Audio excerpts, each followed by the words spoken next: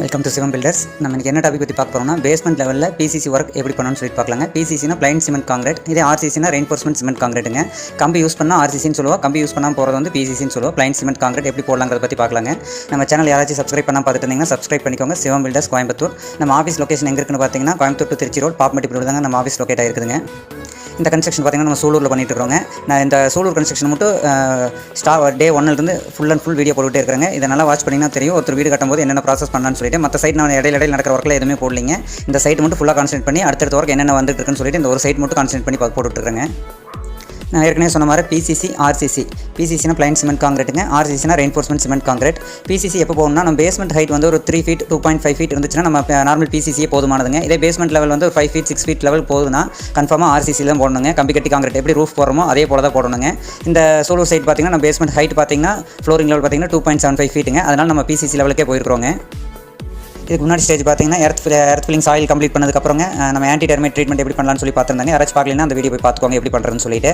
Next பார்த்தீங்கன்னா BCG பார்த்தீங்கன்னா 1.5 ஜல்லி தான் யூஸ் பண்ணணுங்க. 1.5 ஜல்லினா 40 mm மெட்டலுங்க.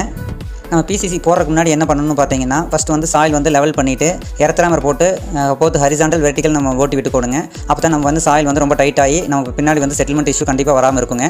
அதனால் ஒவ்வொருத்தர் பார்த்தீங்கன்னா பிசிசி போட்டதுக்கப்புறம் எர்த்ராமர் போடுவாங்க. நம்ம அப்படி பண்ணாமல் சாயில் ஃபில் பண்ணதுக்கப்புறம் ஒரு நாள் காய விட்டுட்டு அடுத்த நாள் பார்த்தீங்கன்னா எர்த்ராமர் போட்டு ஃபுல் அண்ட் ஃபுல் ஓட்டி விட்டுட்டு தாங்க அடுத்து நாங்கள் பிசிசி ப்ராசஸ்க்கே போகிறோங்க.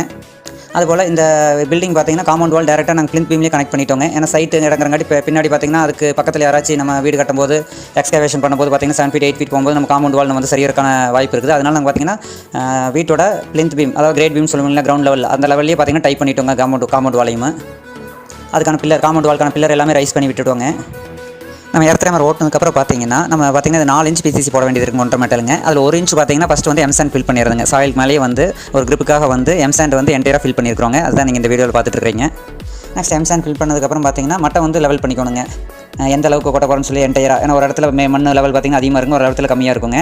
அதனால் லெவல் பண்ணி வச்சுக்கோங்க. இந்த பிசிசி பார்த்திங்கன்னா நம்ம நார்மலாக ஜல்லி கொட்டிட்டு எம்சாண்டி சிமெண்ட் கலக்கி மேலே கொட்டாமிங்க நம்ம பார்த்திங்கன்னா காங்கிரீட் மிஷின்லேயே கலக்கி போடுறோங்க. இதோடைய ரேஷியோ பார்த்திங்கன்னா 1:4:8ங்கிற மாதிரி ரேஷியோ போட்டிருக்கோங்க. ஏன் மிஷினில் கலக்கிறோம்னு சொன்னிங்கன்னா அப்போ தான் ஈவனாக கலக்கி நமக்கு அதோட ஸ்ட்ரென்த் வந்து 100% அச்சீவ் ஆகுங்க. ஒரு சில இடத்துல பார்த்திங்கன்னா ஜல்லி போட்டு மேலே வந்து எம்சாண்டையும் சிமெண்ட்டையும் மிக்ஸ் பண்ணி பரப்பி விட்டுட்டு லைட்டாக ஜல்லி விளைவி மட்டும் போட்டுருவாங்க. அது பின்னாடி பார்த்திங்கன்னா உங்களுக்கு செட்டில்மெண்ட் இஷ்யூ அந்த மாதிரி ப்ராப்ளம் வரக்கான வாய்ப்புகள் அதிகங்க. நம்ம அது மாதிரி பண்ணாமல் concrete machine full and full concrete மிஷினில் ஃபுல்லாக கலக்கி போட்டு இப்போ ஈரப்பதம் பார்த்திங்கன்னா கரெக்டாக மெயின்டைன் பண்ணணுங்க. ரொம்பவும் தண்ணி இல்லாமல் ரொம்பவும் வந்து வரக்கலவே இல்லாமல் இதை கரெக்டாக மெயின்டைன் பண்ணி போட்டோம்னா எர்த்ராமர் போடுறதுக்கு ஈஸியாக இருக்குங்க. அதுபோல் பிசிசிக்கு நம்ம காங்கிரீட் மிஷின் நல்லா கலக்கி போட்டதுக்கப்புறங்க லெவல் பண்ணி விட்டுட்டு மேஷன் வச்சு லெவல் பண்ணி விட்டுட்டு போத் ஹரிசாண்டல் வெர்டிக்கல் வந்து எர்த்ராமர் 2 டைம் ஓட்டி விடணுங்க. அப்போ தான் நம்ம வந்து 100% வந்து